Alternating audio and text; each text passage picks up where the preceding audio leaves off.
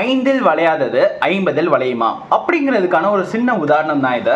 இந்த இமேஜை நல்லா பாருங்களேன். இந்த சைடு வந்து இருக்கிறவங்க நல்ல வெள்ளையாக வந்து இருக்காங்க, அழகாக இருக்காங்க. நல்லா நோட் பண்ணுங்க. நான் சொல்லும் போதே வந்து வாய் தவறுதலா வெள்ளையா அழகாக இருக்காங்கன்னு தான் சொல்ல தோணுது. இந்த பக்கம் பார்த்தீங்கன்னா கருப்பாக அந்த அம்மா இருக்காங்க, பாவமாக இருக்குது அப்படிங்கிற மாதிரி தான் நம்ம டேர்மே வந்து வாயிலேருந்து வருது.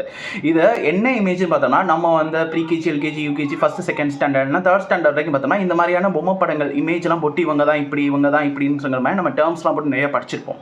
ஸோ இதில் நமக்கு சின்ன பிள்ளையில இருந்து என்ன பண்ணியிருக்காங்கன்னா, இன்டெரக்டாக நம்ம மைண்டுக்குள்ளே கருப்பாக இருக்கிறவன் அசிங்கமாக தான் இருப்பான், வெள்ளையாக இருக்கிறவன் பொய் சொல்ல மாட்டான், அழகாக இருப்பான், இந்த மாதிரியான ஒரு கலர் டிஸ்கிரிமினேஷன், ஒரு கலரிசம், ரேசிசம் வந்து நமக்கே தெரியாமல் சின்ன பிள்ளையிலேருந்து நமக்கு வந்து ஃபீட் பண்ணியிருக்காங்க. அதனால தான் இப்போ வந்து இவ்வளோ பெருசாக நம்ம வந்து திங்க் பண்ணிட்டு இருக்கோம் அப்படிங்கிறது என்னோட ஒப்பீனியன்.